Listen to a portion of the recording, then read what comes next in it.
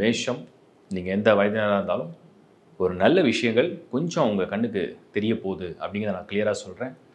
இப்போ நம்ம வந்து கரியர் அண்ட் ப்ரொஃபஷனல் லைஃப்பில் நிறைய பேர் இந்த வருஷம் எதிர்பார்த்த விஷயம் மாற்றம். அது ஒரு முன்னேற்றமாக இருக்கணும், அது ஃபேவராக இருக்கணும், அதை அக்செப்ட் பண்ணலாமா அப்படிங்கிற ஒரு கன்ஃபியூஷன் நிறைய பேருக்கு இருந்தது.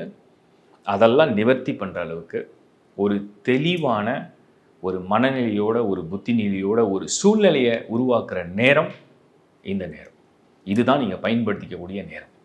அப்போ வந்து இந்த டிசம்பர் 2025 உங்களுக்கு வந்து சாதகமாக, உங்களுக்கு வந்து அந்த பிளானட்டுடைய டிரான்சிட் எல்லாமே உங்களுக்கு வந்து டைரக்ஷன் எல்லாமே பாசிட்டிவாக வரும்பொழுது நீங்கள் அதை பயன்படுத்தி கொள்ளலாம் அப்படிங்கிறது என்னுடைய கருத்து.